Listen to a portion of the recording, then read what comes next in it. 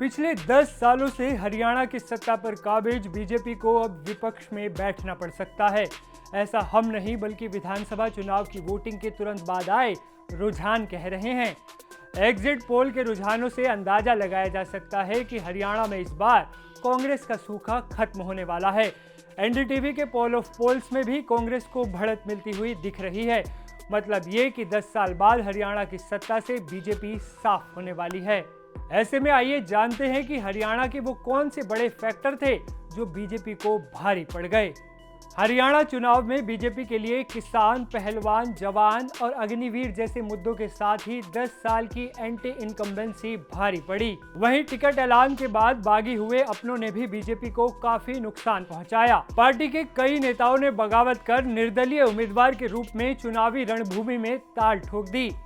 हरियाणा की 90 सीटों में से कई सीटों पर बतौर निर्दलीय उतरे कद्दावर नेता बीजेपी के लिए मुश्किल का सबब बन गए। लाडवा सीट से बीजेपी ने सीएम नायब सिंह सैनी को चुनावी मैदान में उतारा, लेकिन सीएम सैनी के खिलाफ बीजेपी से ही बागी हुए संदीप गर्ग मैदान में उतर गए। वहीं रनिया में पूर्व मंत्री रणजीत चौटाला निर्दलीय उम्मीदवार बन गए। गन्नौर में पूर्व मंत्री देवेंद्र कादियान भी बीजेपी से टिकट न मिलने के बाद निर्दलीय चुनावी मैदान में आ गए। बीजेपी के बागियों की लिस्ट में सफीदो सीट से मैदान में उतरे बच्चन सिंह आर्य, महम से राधा अहलावत, गुरुग्राम से नवीन गोयल और हतीन से निर्दलीय उम्मीदवार केहर सिंह रावत के भी नाम हैं। कहा जाता है कि सीएम दावेदारों की लंबी लिस्ट भी बीजेपी के लिए मुसीबत साबित हुई। अनिल विज और कुलदीप बिश्नोई जैसे नेता खुद को सीएम कैंडिडेट मानने लगे थे, लेकिन बीजेपी हाईकमान ने सीएम नायब सैनी के चेहरे पर ही चुनाव लड़ा। बीजेपी के लिए पंजाब के किसान आंदोलन से लेकर दिल्ली के पहलवान आंदोलन जैसे फैक्टर्स भी मुश्किल का सबब बन गए।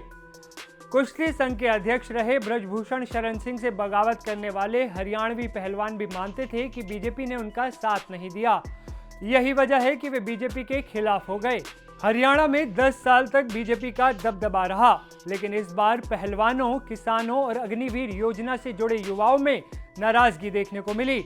लोगों ने अपनी नाराजगी बीजेपी के खिलाफ वोट की चोट करके निकाली। एनडीटीवी के पोल ऑफ पोल्स के मुताबिक इस बार चुनाव में कांग्रेस को 55 सीटें मिलने का अनुमान है, यानी पिछले चुनाव की तुलना में कांग्रेस को 24 सीटों का फायदा हो सकता है, जबकि बीजेपी को 24 सीटें मिल सकती हैं, यानी बीजेपी को पिछली बार के मुकाबले 16 सीटें कम मिलेंगी। वहीं दुष्यंत चौटाला की जेजेपी को 1 और इनेलो को 3 सीटें मिलने का अनुमान पोल ऑफ पोल्स में लगाया गया है।